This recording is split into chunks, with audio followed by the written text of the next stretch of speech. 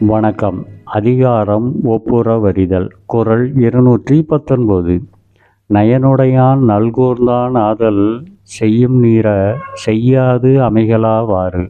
நயனுடையான் நல்கூர்ந்தான் ஆதல் செய்யும் நீர செய்யாது அமைகலாவாறு. இக்குறளின் விளக்கம்: பிறருக்கு உதவுகின்ற ஒப்புரவு பண்பாளன் வறுமை அடைந்துவிட்டான் என்பதை.